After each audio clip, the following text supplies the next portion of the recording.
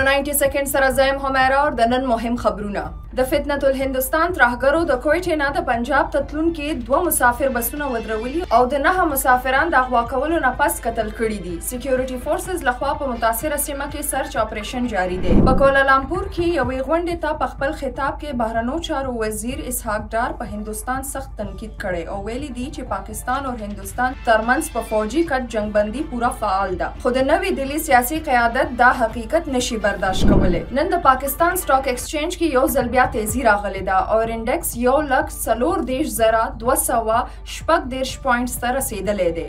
بلخوا په ملک کې د ګرانۍ شرح مسلسل زیاتیږي او د دې له وجې 19 د ضروري شیانو قیمتونو کې نور هم اضافه شوې ده.